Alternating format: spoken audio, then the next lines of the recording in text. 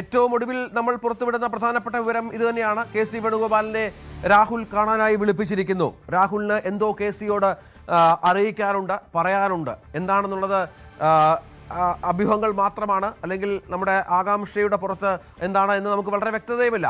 എന്താണ് മനസ്സിലാക്കേണ്ടത്? ഈ കൂടിക്കാഴ്ചയുടെ ലക്ഷ്യം എന്തായിരിക്കും കിരൺ?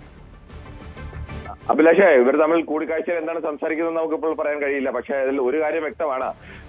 ഇപ്പോൾ കെ സി വേണുഗോപാലിനെ വിളിപ്പിക്കണമെങ്കിൽ സ്വാഭാവികമായും, മറിച്ച് കെ സി വേണുഗോപാലിന്റെ പേരാണ് തീരുമാനിക്കുന്നതെങ്കിൽ അങ്ങനെ ഒരു വിളിപ്പിക്കേണ്ട സാഹചര്യം സ്വാഭാവികമായും ഉണ്ടാവുന്നില്ല. അവിടെ മറിച്ചൊരു തീരുമാനം ഉണ്ടാവുന്നു.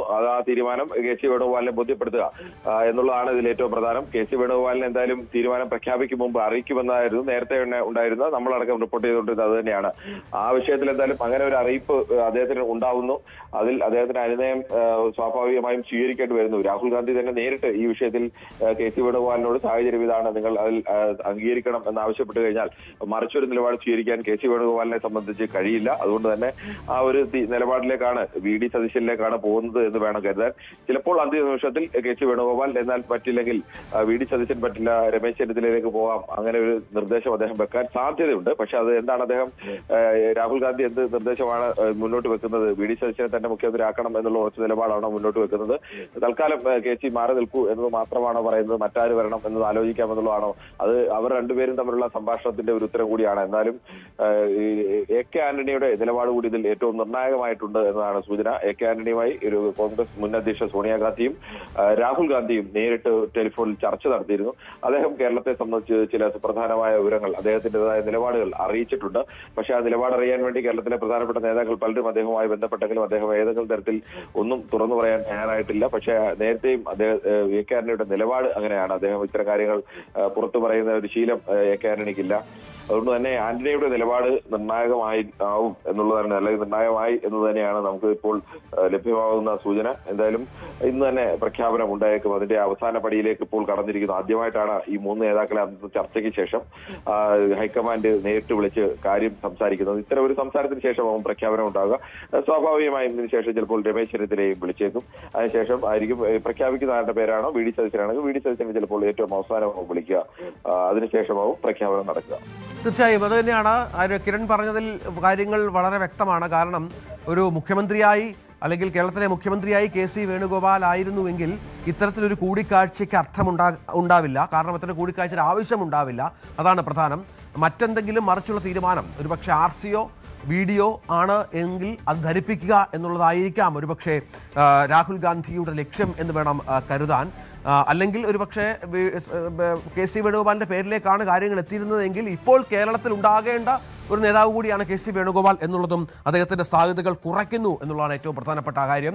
അരുണ്, ഇപ്പോൾ കിരൺ പറഞ്ഞതിൽ പല പല കാര്യങ്ങൾ നമുക്ക് ഇത് വായിച്ചെടുക്കാം. ഇത്തരം ചില തീരുമാനങ്ങളിലേക്ക് എത്തിച്ചേർന്നിട്ടുണ്ടോ എന്ന ഒരാകാംക്ഷയുണ്ട്. എന്താണ് മനസ്സിലാക്കേണ്ടത്? ഏറ്റവും ഒടുവിൽ ഏതെങ്കിലും സന്ദേശം വി ഡി സതീശനോ രമേശ് ചെന്നിത്തലയ്ക്കോ ഹൈക്കമാൻഡിന്റെ ഭാഗത്തുനിന്നുണ്ടോ?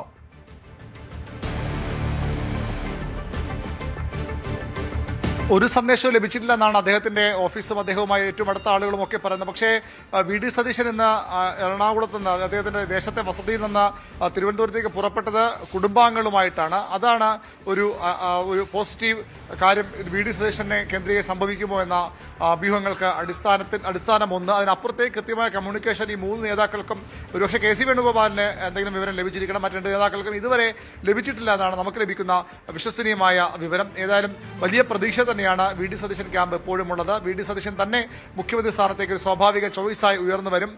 ഇപ്പോൾ രാഹുൽ ഗാന്ധി കെ സി വേണുഗോപാൽ വിളിപ്പിച്ചത് തന്നെ അത്തരമൊരു അനുനയ ചർച്ചയുടെ ഭാഗമായിട്ടാകാം എന്ന സൂചനകളാണ് പുറത്തു വരുന്നത്. ഖാർഗെയുമായുള്ള ഇന്നലെ കൂടിക്കാഴ്ചയിൽ കെ സി വേണുഗോപാൽ പങ്കെടുത്തിരുന്നില്ല. അദ്ദേഹം ഇന്നതിന് ശേഷം രാഹുൽ ഗാന്ധിയെ കാണാൻ പോകുമ്പോൾ സ്വാഭാവികമായും രാഹുൽ ഗാന്ധി ഒരു സമവായ പാതയിൽ കെ സി വേണുഗോപാൽ അനുനയിപ്പിക്കുന്നതിന്റെ ഭാഗമായ ഒരു കൂടിക്കാഴ്ചയാണോ എന്നുള്ള സൂചനകൾ പുറത്തു വരുന്നു. ഏതായാലും ഇന്ന് ഉച്ചയോടുകൂടി പ്രഖ്യാപനം ഉണ്ടാകുമെന്ന് നമുക്കിപ്പോൾ ഉറപ്പിക്കാം. ഇന്ന് ഗവർണറെ കാണാനുള്ള സമയവും കോൺഗ്രസ് നേതൃത്വം തേടിയിട്ടുണ്ട് എന്നാണ് അറിയാൻ കഴിയുന്നത്. ഉച്ചയ്ക്ക് ശേഷം രാജ്ഭവനിലെത്തി നിയുക്ത മുഖ്യമന്ത്രി ഗവർണറെ കണ്ട് സർക്കാർ രൂപീകരിക്കാനുള്ള അവകാശവാദം ഉന്നയിച്ചേക്കാം. അതിനുവേണ്ടിയാകാം ഘടകകക്ഷി നേതാക്കൾ കൂടി ഇവിടേക്ക് എത്തുന്നത്.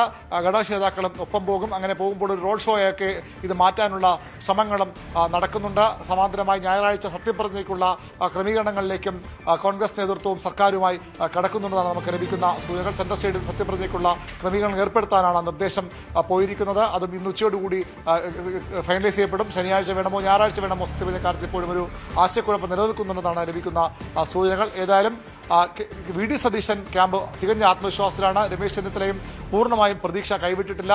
ഒരു പക്ഷേ വി.ഡി. സതീശനെ മുഖ്യമന്ത്രിയാക്കണമെന്ന നിലപാട് ഹൈക്കമാൻഡ് ശക്തമായി എടുത്താൽ അവിടെ ഒരു സമവായ സ്ഥാനാർത്ഥി നിലയിൽ രമേശ് ചെന്നിത്തലയുടെ പേര് കെ.സി. വേണുഗോപാൽ മുന്നോട്ട് വയ്ക്കുമോ എന്നൊരു ആശങ്ക കൂടി വി.ഡി. സതീശൻ ക്യാമ്പിന് ഉണ്ട്. അല്ലെങ്കിൽ രമേശ് ചെന്നിത്തലയുടെ പ്രതീക്ഷയും അത്തരത്തിലാണ് ഉണ്ടാകുന്നത്. ഏതായാലും 11 മണിയോടുകൂടി എ.ഐ.സി.സി നിരീക്ഷകരും ദീപാദാസ് മുൻഷിയും എത്തും.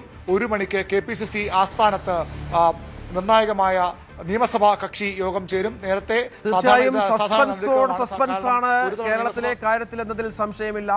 സസ്പെൻസ് ആണ് ഇപ്പോൾ ഉണ്ടായിരിക്കുന്നത് എന്ന കാര്യത്തിൽ സംശയമില്ല. വളരെ പ്രധാനപ്പെട്ട കാര്യം അത് തന്നെയാണ്. ഏതായാലും ദീപാദാസ് മുൻഷിയും മുകുൾ വാസ്നിക്കും ഇപ്പോഴും ഡൽഹിയിൽ തുടരുന്നു എന്ന വളരെ പ്രധാനപ്പെട്ട ഒരു വിവരം കൂടി നൽകാനുണ്ട്.